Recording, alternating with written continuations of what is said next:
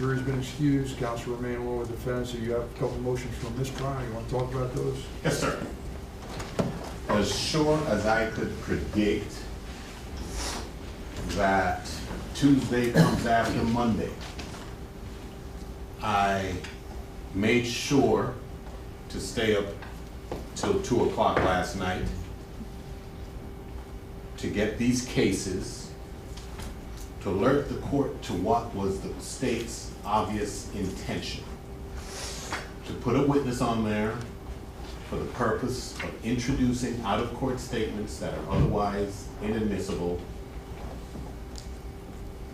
instead of at least admitting that that was what the state intended to do it, advanced a ruse pretext that they were seeking to do so under 8035. It turns out that 8035, given the witness's testimony, could not be employed.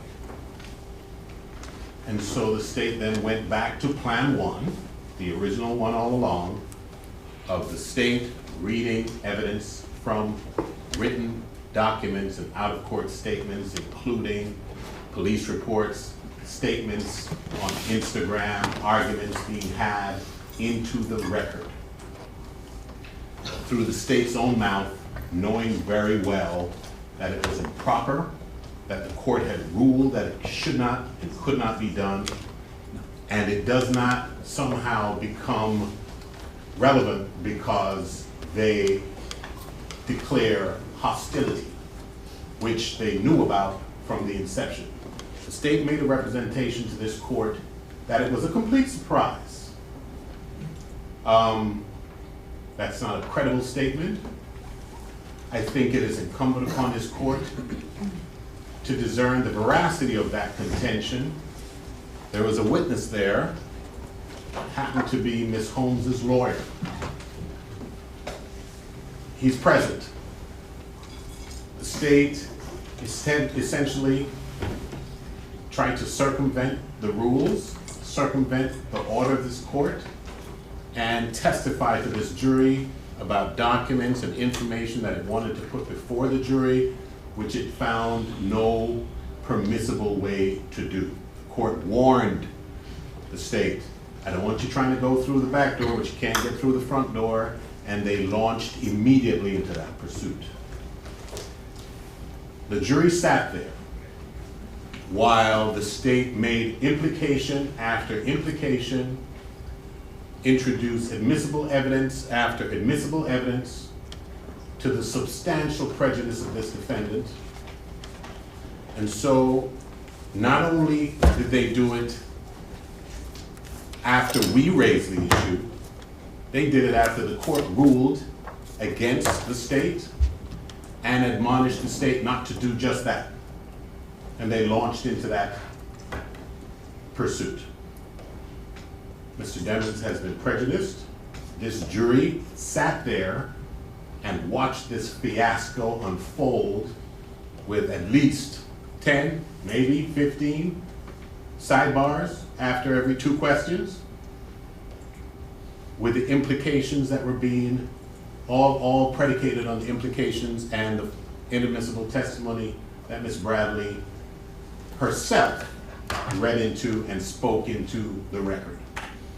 And for that reason, we think that it was deliberate, it is highly prejudicial, this jury has been tainted, and we move for a mistrial. Oh, there's one more thing. If you don't mind, I'll have Mr. Alistine articulate what that means. This is your motion for mistrial, Mr. Addison? Yes, it's our motion for mistrial. This is the second one. All right, go ahead. Well, it's the second one. Judge, in my entire career, I've never heard the state imply with no evidence whatsoever that the defense team would take care of this witness. And even though the court gave that instruction and told them to ignore it, that question, the defense team would take care of you if you answered like this, is so improper. Not only does it taint our client on the other questions, but it taints everybody at this table. And despite the judge, Your Honor's instruction to ignore it, it's pretty hard to ignore something like that when their entire questioning for the last 30, 40 minutes have been so improper, and the court told them not to do it. And they proceeded and proceeded and proceeded. We're moving for a mistrial. And just for the record, Your Honor, I personally have seen Ms. Holmes in the flesh or spoken to her twice ever at that deposition and today. Never by phone, never by text, couldn't distinguish her from a can of paint until she showed up for the depot, and I haven't spoken to her since, so just to let the court know there is no factual predicate for the implication, or not implication, the accusation made by the state that the defense sought to take care of her. And the same for me. I met her at the depot and saw her today. For the record, it was my first time ever seeing her in my life. Thank you. All done, guys? Counsel? Yes. Yes, madam?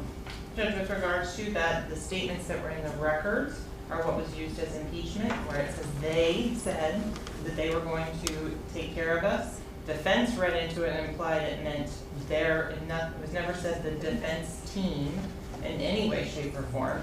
So defense implied or read into that in some additional context that was not intended in any way, shape, or form.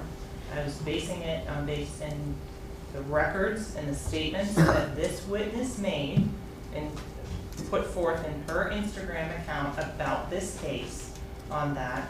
And it's very, in terms of the forming the questions, Your Honor, it was understood that I was put under very strict and difficult conditions to formulate any question, because defense obviously wants to limit, because they know the contents of what this individual has said and all of the statements that she has made that are damaging to their client. Hence why the state would be seeking to use her as a witness. That means nothing, Your Honor. The fact that it's damaging, I'll concede that. It's inadmissible. And the status of this impression that there is a catch-all, we're only trying to seek justice and do good exception to all the rules of evidence, and there is no such thing. If it's admissible, admit it through an admissible procedure.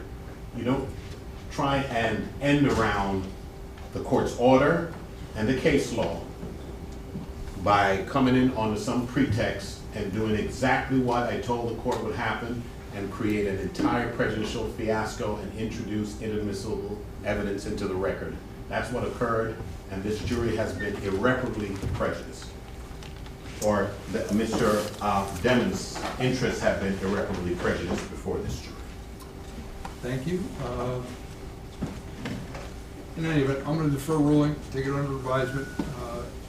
We'll see everybody back on Tuesday. I suggest that you talk with your client, discuss with Mr. Demons whether or not his feelings about motion for mistrial. I think it's appropriate that he be consulted as well. But I haven't reached any conclusion about it, and so I'm going to see exactly what was said. I thought I heard what was said, and I'll check with the court reporter, get a little piece of that transcript, and we'll go from there. And I'll take it under advisement. But you talk with your client about it. We'll see everybody back on Tuesday. All right. Yes, sir. Have a good weekend, sir. Judge, since we're breaking early today, can we have a few minutes with our client? Right Sure, now? I'd like you to take a few minutes with him. I'd like you to talk it over with him. Yes, sir. Can we have the cameras off? Will we possibly, I please? can't hear you. The camera's off. Oh, you want privacy, that's fine. The cameras can be excused. They can go out of the courtroom. Thank you. Everybody can go out of the courtroom. All right? Thank you so much. Thank you. Adjourn. This is like a private conference area. Thank you.